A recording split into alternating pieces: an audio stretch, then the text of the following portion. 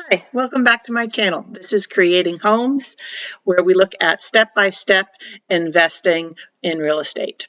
And today's focus is going to be on the loan process and what loan docs that you need for closing. So I made a little list here.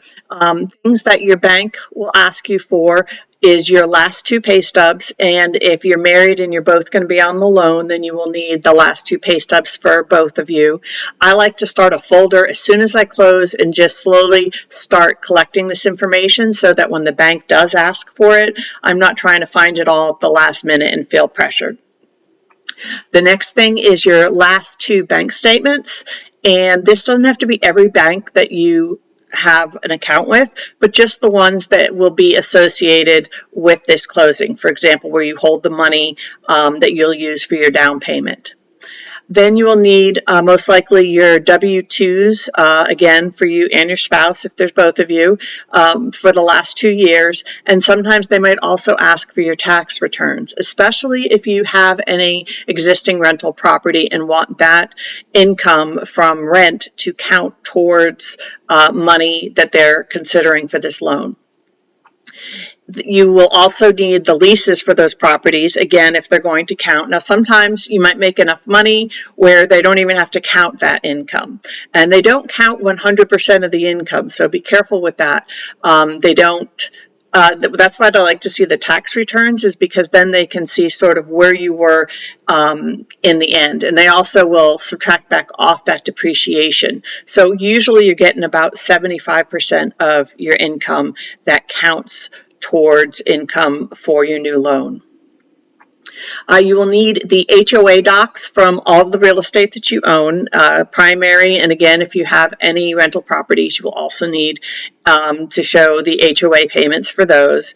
That can sometimes be a pain trying to contact if there isn't a portal, but trying to contact the HOA itself and getting them to send you a statement.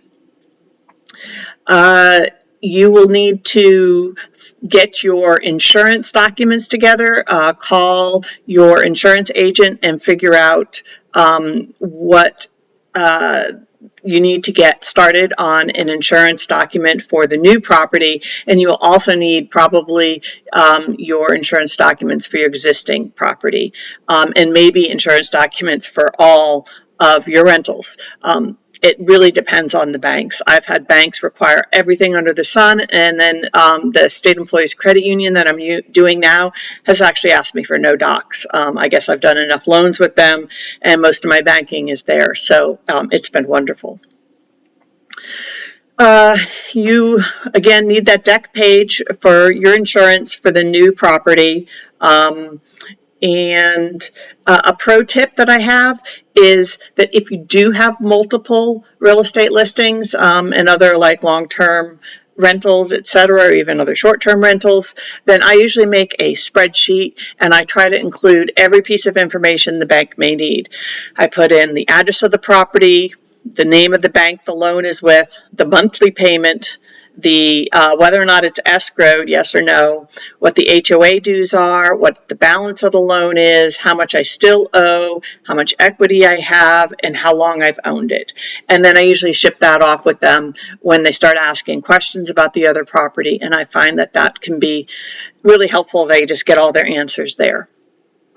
So that is your basic loan prep that you need. Now, as you go through the process, again, every bank is different. Many will get through the first stage of underwriting. They'll ask for certain things, and then they'll come back after it's been through and someone's looked at those documents, may ask for additional documents. So be prepared. It's kind of a long and tedious process, but you will get through it. I hope this was helpful, and I hope you will like and subscribe to my channel so that you can see further examples of every step that we do during the process of purchasing real estate for your portfolio. Have a good day.